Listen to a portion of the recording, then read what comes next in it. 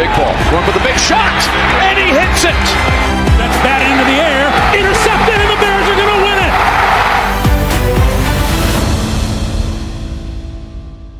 All right, so here's the deal, guys. That Monday night game, I don't know how you guys want us to describe it, because it wasn't sickening. It wasn't, I guess, horrible. I don't think it was us being like sad or disappointed either. I really think it was a cluster. You guys know what I'm trying to say. All right, welcome into the Halas Beat, brought to you by the Bear Report. Usayd, Koshul, and Steve Letizia here. Check us out on Twitter at Usayd, Koshul, at CFC Bears, and at Halas Beat. Dude, I don't know what to say / where to start, and this isn't going to be, because by the time you guys are hearing this, it's Wednesday morning. This isn't going to be your typical, well, the Bears like stunk it up type thing. I think obviously some of us were speechless, but there's a ton to break down here, and I'm in the opinion that yes, this team has a lot to work on and a lot to do. There was some of this stuff that we kind of saw coming down the pipeline anyway, but there's, let's just put it this way, a lot of work to be done, but last night was not ideal in my opinion. Monday night, I should say. Yeah, it's interesting because if you would have told me before week one that the Bears were going to lose that game, I would have said, yeah, it's possible they lose that game. I thought they were going to win, but it's not surprising that they lose. I think it's just more the way they lost. You have a lead going in, a 2-possession lead going into the fourth quarter. And it just seems like every time they had a chance to put the Vikings away, they just didn't capitalize. They kept on shooting themselves in the foot. And then obviously, the Vikings and JJ McCarthy playing well down the stretch doesn't help either. So it's more just the way they lost. It's obviously disappointing. You don't want to start out the year that way. But there's some things that could build on. There's things that are easily correctable. It's week one. We shouldn't panic after just 1 week. It's week one with a team that's learning a new offensive scheme, learning a new defensive scheme. They were missing arguably 3 of their best defensive players, and their defense actually held up pretty well. So there were some positives. There were a lot of negatives. We'll probably go through all of them, but the sky isn't falling just yet, but we are getting on the sky is falling alert a little bit, but it's not over just yet.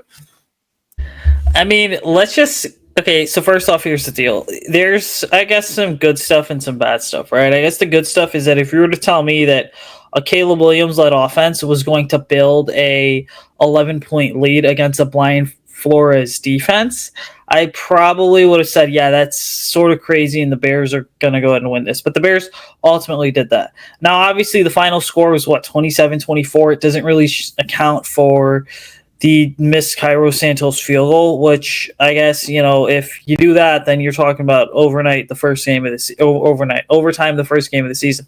But I want to dive into what specifically happened here, because, to your point, it's like the Bears lost the penalty battle big time. I think there's one point where the Bears were like, 12 penalties for 150 yards or something.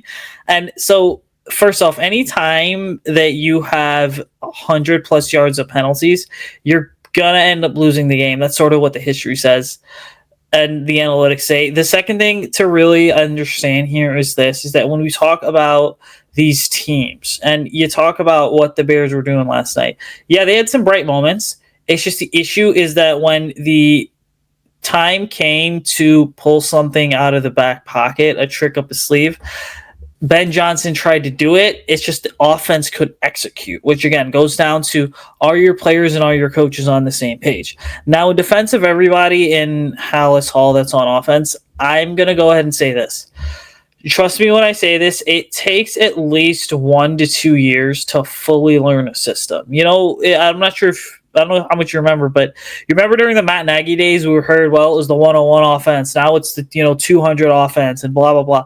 It's sort of the exact same thing here. But I think the difference is that because fans went into training camp thinking that the Bears were just going to click from the start, and it's something we discussed on the last show, ultimately when they didn't, it kind of led to a lot of questions about, this offense came back crashing down to earth at this point, which is also just a friendly reminder. Never put stock into a good practice at training camp or a bad practice at training camp either. Because if you can't execute in September and October, you're not going to do it in November, December, or January.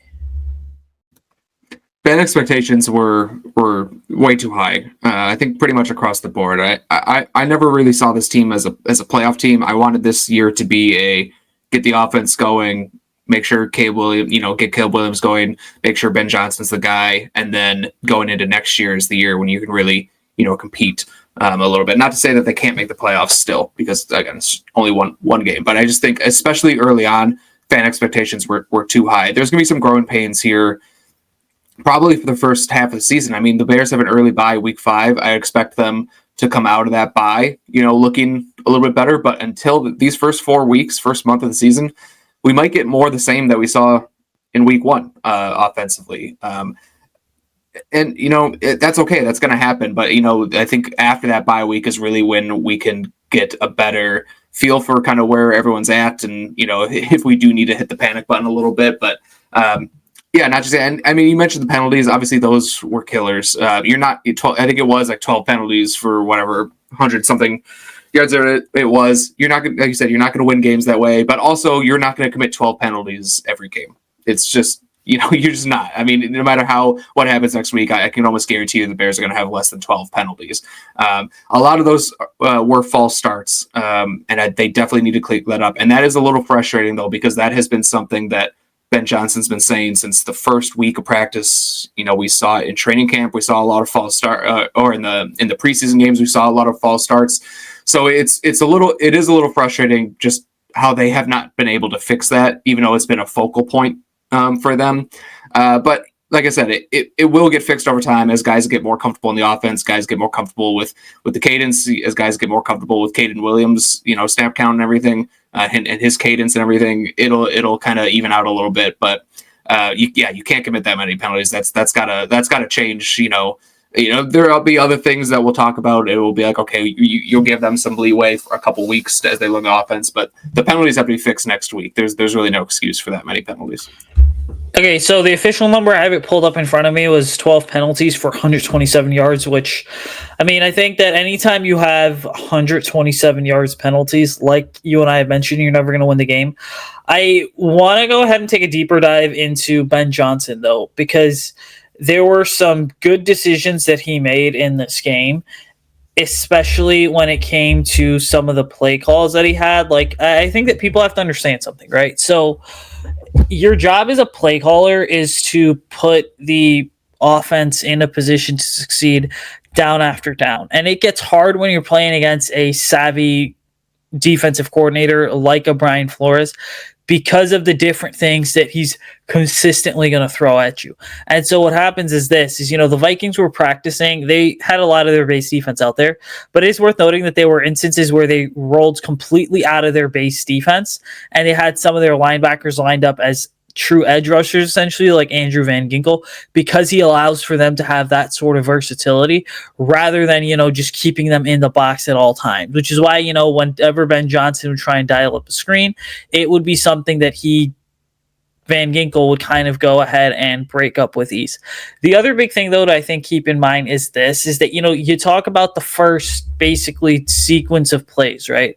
The Bears went the 10 plays for 61 yards and 541 to jump out to that early 7-0 lead. And it's interesting because when we look at it, right, that was probably Caleb's best drive of the night, because, he went ahead and it was like, all right, a couple short passes here and there. All right, some pretty big explosive plays as well. I know he had a 11-yard pass to Kyle Monungai, all right, on a 2nd and 6. I know that he connected with Rome Udunze as well for a big 17-yard gain on a 3rd and 5. And so when you look at the bigger picture, it was a mess. When you start weeding things out and start getting smaller and smaller as what was happening, I do think that, there were a lot of good things in this game that had happened. This isn't me being a blind homer, because I'll be honest, right? Like, I'm sitting on, and I didn't get to go to the game, by the way, just because football practice ran late, so I didn't want to rush down there, which I think the last Bears primetime game I covered at Soldier Field, I kid you not, I left my house probably, I want to say at 3:30, 4 o'clock for Tyson Bagent's Thursday night start against the Panthers. I did not get in my seat until probably 7 o'clock that night, 15 minutes before kickoff. That is how bad the traffic is going into the city for these night games, because you don't just deal with the 60,000 Bears fans that are going. You're also dealing with the crowd that's going home from work, which hopefully Arlington Heights happens before the Broncos break ground on their new stadium. That's a little piece of news. But, the last thing I'll say is this, right, is it's like you look at, the Noah Sewell play, right, where Ben Johnson willingly threw the challenge flag, even though the knee was down. That's an instance where you kind of have to give Ben Johnson a hell of a lot of, criticism, because you should know, with a veteran D coordinator in your ear at all times, not to challenge that. And that's where I think Dennis Allen also has to step up and be like, dude, you can't be doing this. Don't waste a timeout in what is essentially a back and forth game. So, as much as we want to sit there and slam Caleb Williams and the offensive line, we need to also go ahead and understand that, this is a coaching staff that's going to have to continue to grow as well and communicate better. Yeah, I think there was definitely some growing pains for Ben Johnson. That challenge is a good example. He said it himself. He kind of got caught up in the moment. The players were telling him to do it, and he needs to just listen to the guys in the booth. So, that timeout was kind of huge. It would have been nice to have that extra time out there. They might have had maybe a little bit better chance to come back there at the end. So that's definitely some growing pains there. I thought, from the offensive standpoint, I thought guys were getting open. I haven't, full disclosure, I haven't watched the All-22 just because I'm not in the right headspace to go back and watch that game again right now, just as a Bears fan. But I have seen some people, have on Twitter posting some clips, and I've looked at those clips, and guys were getting open. So, Ben Johnson was scheming guys open. Caleb Williams needs to either hit those guys. I'm talking about that fourth down, early in the game. I think it was the first quarter still, maybe the early second quarter, that fourth down attempt where DJ Moore was wide open and Caleb just missed him. And then there were other times when guys were open, he just didn't pull the trigger. And I think he was being a little conservative. And I don't know if that's something that, Ben Johnson has been teaching. I don't think so. I think he was he was a little rattled. I mean, I'm not giving up on Caleb Williams. It's still very early, but I do think if we're going to talk about, why the Bears lost that game, I think Caleb Williams is a big reason why. But it's week one of his sophomore year with a new offense. I did think there were some encouraging signs. I thought, he was good. He was a good moving around in the pocket, escaping pressure. He was good. He was actually getting to his check down, which is not something we saw a lot last year. Even if he was maybe passing up some bigger plays, he was getting through his reads and getting to his check down, which I thought was good. But yeah, Ben Johnson, sorry, I got off a little tangent there, but back to Ben Johnson. One other thing I'm kind of maybe not critical of, or just maybe a little unexpected, was just the inability to get the ground game going. They really could not run the ball at all yesterday. And Ben, maybe rightfully so, kind of abandoned the run a little bit and put a lot on Caleb Williams' shoulders. But I'm just surprised they weren't able to scheme something up to get kind of the run game going. I know, DeAndre Swift isn't the best running back. The run blocking wasn't very good, but I felt like he could have done a little bit more to get them kind of in more manageable second and third downs, at least later in the game. He did a good job in the first half, but not so much in the second. So I think that's something that was a little just surprising from Ben Johnson, just because he's been so good at that the last couple of years in Detroit. We didn't really see it whole lot, especially in that second half. So I'm really hoping, they can get kind of the run game going a little bit. I think that's going to be huge for them. And I'm, and if it means playing Monangai more, Monangai didn't get a single carry, which is very surprising. So be it. Get him more touches. DeAndre Swift kind of did nothing. You need more out of your running back position. So see what Kyle Monangai can do if DeAndre Swift isn't going to do it. And I even thought that the couple rushing attempts from DJ Moore were more impressive than the overall rushing attempts from DeAndre Swift. So if Swift isn't going to produce, you gotta find someone who can, and no matter who that is. But I think that would be a huge step to getting Caleb Williams and the offense moving in the right direction. Was that the fourth down you're referring to? Was that where DJ Moore was coming over on the dig route, and then Caleb Williams, I guess, just completely failed to hit him? Yeah. So that play is interesting, because usually when you're talking about running dig routes, sometimes teams will run them at 7 or 8 yards. Sometimes they'll run them at 10 to 15 yards. I think in this case, it was a 10 to 15 yard thing, but Caleb has to do a better job of, I think, recognizing the safeties there and recognizing that that's essentially a play where, on the dig route, you kind of have to set your feet. That ball has to be out once the receiver is essentially at the top of the route, which was not necessarily the case. I think that, the reason that and I'll go back and watch the film for next week's show, but I think one of the reasons that, that play was incomplete and so unsuccessful is because Caleb kind of locked onto DJ Moore there. And then what had happened is it was, hey, I'm going to wait for DJ to kind of get to the top of the route, get to the top of the break, and then boom, I'm going to throw, instead of, hey, I'm going to use timing and anticipation to throw this thing open. Because if you look at it there, there's a nice little window there where he could have ultimately fit the ball into. But, you talked about the running game. I want to focus in on the passing game for one more thing, because Caleb Williams last night was 21 for 35. He had 210 yards, 1 touchdown, no interception. So he did play, let's call it how it is, a relatively safe game. Okay, that's what he essentially played, because he wasn't as erratic with the ball, even though there are times where I think, we saw what I like to refer to as USC and Oklahoma Caleb pop up, where he was kind of just trying to do way too much instead of just taking the easy points and the easy check down. The other big thing is this, though, is you talk about, the numbers that Caleb put up with the 210 yards.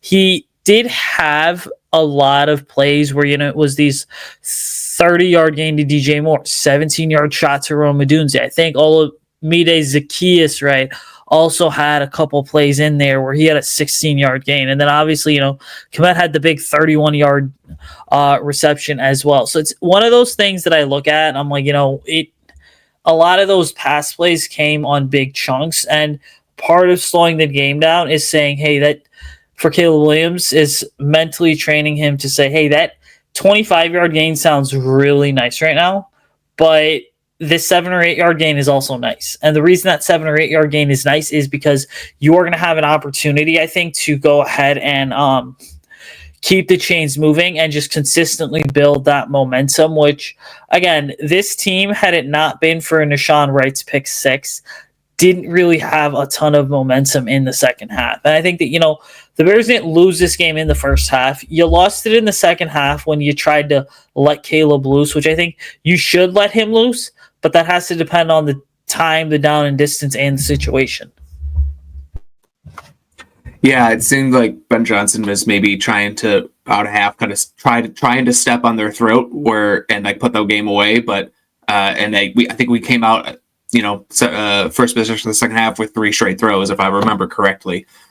So I think, playing that, which is Ben Johnson's style, and which I think is overall that you're going to win more games playing that way than you're going to lose games.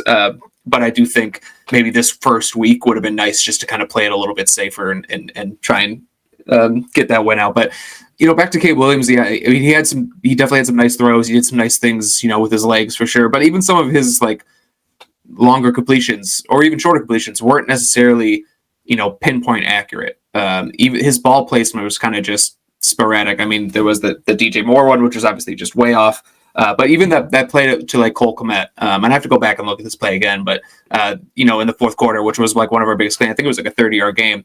It required Cole Kmet to kind of lay out and one-hand it for it. So even the big plays that we had, the 30-yard to DJ Moore wasn't a bad throw at all, but it was a little bit behind him. He needed to make an adjustment and catch it in a run. So just the ball placement is just as important as the accuracy sometimes. And it's so weird because coming out of college, I had no concerns really about his accuracy. I know a lot of people, it was not something that you saw in college tape. It's this is an inaccurate passer.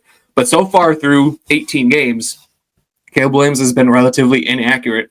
Or actually, you know what? Not even relatively. He's been inaccurate as a passer as a whole, which is just very interesting to see. So I don't know what they can do to kind of correct that. I don't know if it's a mechanics thing. I don't know. I don't see anything, but maybe I would trust Ben Johnson and Declan Doyle to more than me. So if there's anything they can do to make him a little bit more accurate, I think that's going to go a long way to kind of fixing this offense. But again, it's week 1. I think there's still plenty of time. And like I said, I don't want to bash Caleb Williams was too much. He did a lot of good things, and I still have faith that he's going to be, the future of the franchise. But I think we frankly need to see a little bit more from him these next couple weeks.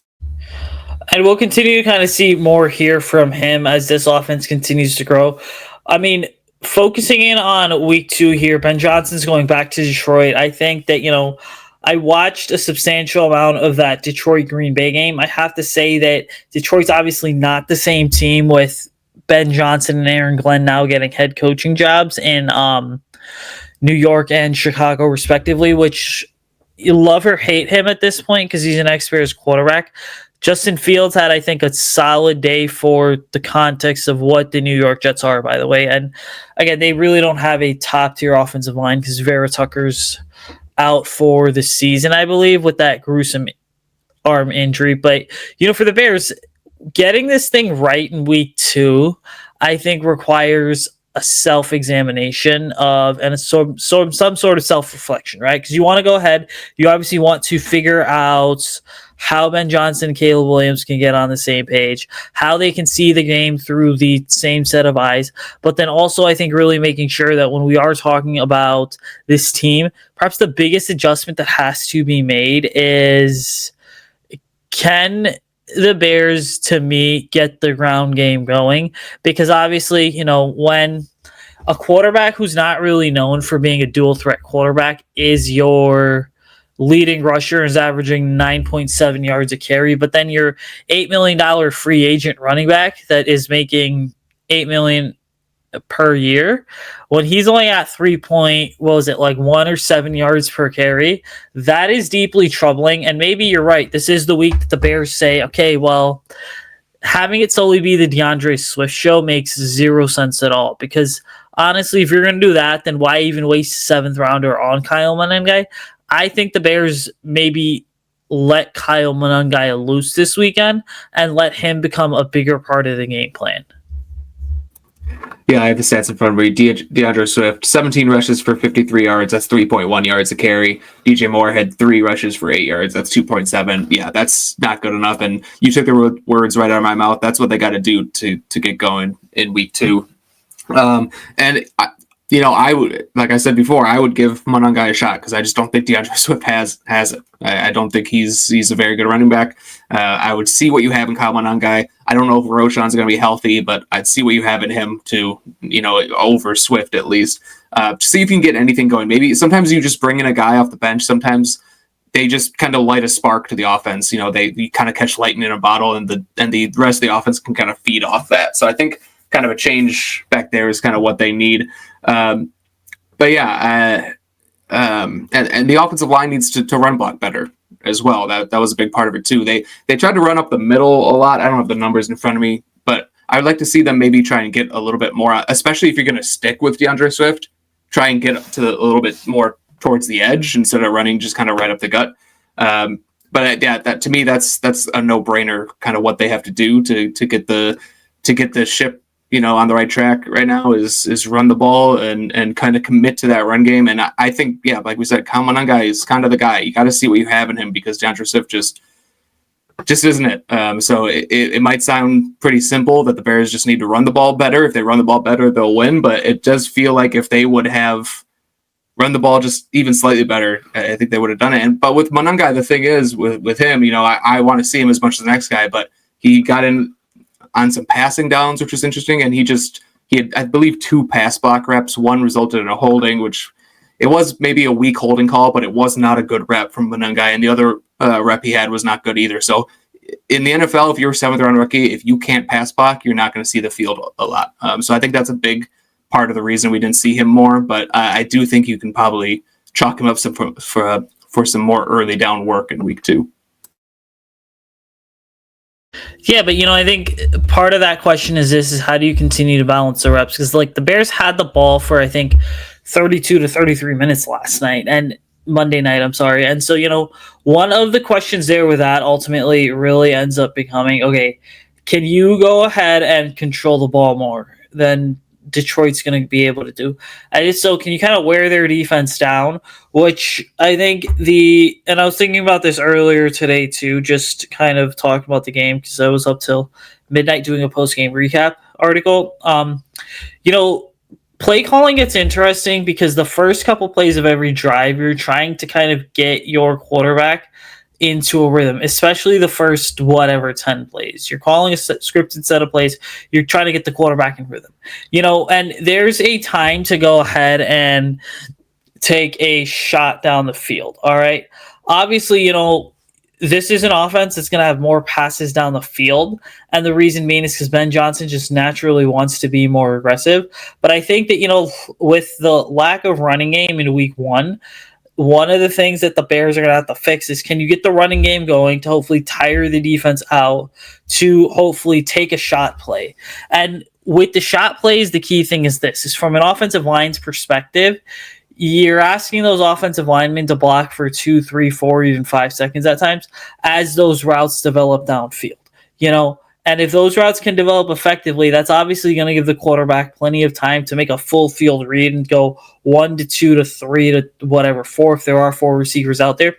The tough part for a guy like Caleb Williams is that because the Bears were running some play action last night, and this isn't me suggesting that, the Bears are not teaching him how to read progressions properly and go 1 to 2 to 3 to 4, ultimately down to check down.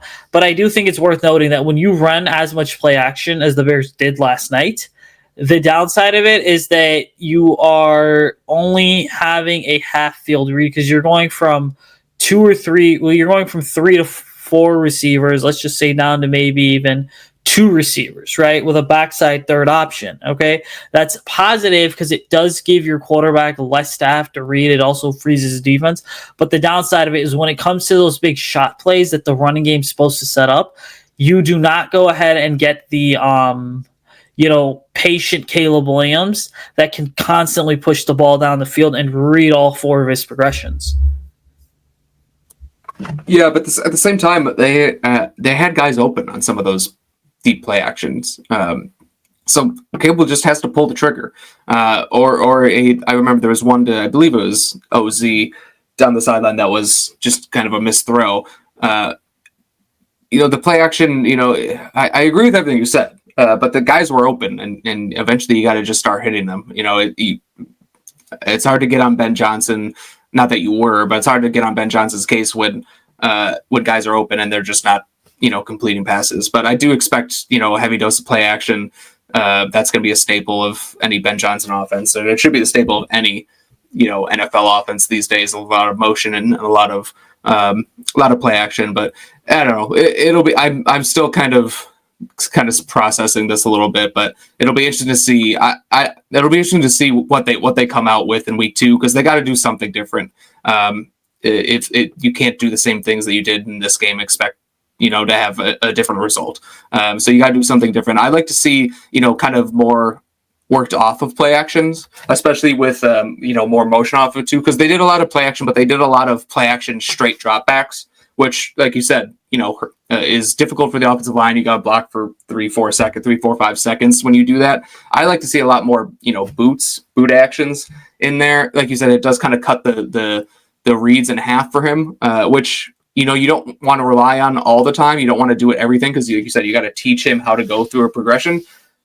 But while you're teaching him how to kind of go through a progression, and as he gets more comfortable going through progression, throw some easy ones at him, kind of like how they did in that that first preseason game. The very first play that Caleb Williams had was a play action boot, little just quick dump off to Colson Loveland, and got like 11 yards or whatever it was. Just get some more easy throws like that in there, just to kind of get into a rhythm. When you do those like long developing straight dropbacks, they're high risk, high reward. If it doesn't hit, then you kind of lose that momentum. But if you can get those quick hitters, those nice easy throws, get the offense in a rhythm, get Caleb Williams in a rhythm, run the ball effectively as well, then I think you can kind of build up and then take the shot, a little bit down the road. Which, to me, is if you can slow the game down for Caleb Williams, one of the ways you do that is by having more play actions, a lot of naked boots, kind of making sure that, you're not turning him into this straight drop back passer, because I think, it's weird, right? Football's cyclical in a sense. The last point I'll make here before we get out of here, but the era of the drop back passer, to me, it's still like being a quarterback that's a drop back passer is important in this league, especially for those shot plays. But I also think the reality of it is that as these quarterbacks get more and more athletic, more and more mobile, the style of quarterback that is relevant now was not relevant 5 to 10 years ago, 10 to 15 years ago. Let's go back that far. It's interesting because at the high school and the college levels too, they're no longer teaching just straight drop back passing. They tend to teach a lot of play action nakeds, a lot of boots. I think that's a big reason as to why DJ Lagaway for the Florida Gators is considered to be the number one prospect in class of, I think, 2027 if Archie Manning doesn't declare, which I really hope that the Bears figure this out with Caleb Williams. Otherwise, I guess it is going to be time to start losing for Lagaway. I know you see my little smile on your face there because you're like, well, that probably wouldn't be a bad possibility, but we're going to stick with what we have at this point. Yeah, too early to those conversations. I don't know if I can, mentally go through that again. I think if Caleb Williams turns out not to be the guy, I might just be done. I might just be called a day. I don't know if I can go through another rookie quarterback. I mean, I guess, we'll continue to see, which, by the way, the Lagaway stuff was a bit of a joke. I'm still a big believer in Caleb Williams and this team getting this ship right because it does take time for good offenses to come together. And quite frankly, I'd rather have this offense be good for 14, 15, 16 games through some growing pains than have them only be good for 1 or 2 games and then be a dud the entire rest of the season. So it's going to be something to monitor. Like I said, guys, the sky isn't falling down. There's just a couple things that the Bears have to go ahead and clean up. Before we get out of here, make sure that you give us a 5-star rating and review wherever you listen to your podcast. Make sure that you are commenting, and subscribing on the YouTube channel. Tell us what you want to discuss. We're going to be dropping these shows once a week during the season. Make sure to check us out on Twitter at Usayd Koshul, at CFC Bears, and at Halas Beat. We will be back next week when the Bears end up knocking off the Detroit Lions, and they are no longer sitting in the NFC North basement. So until then, ladies and gentlemen, bear down and have a great rest of your week. Enjoy the game on Sunday.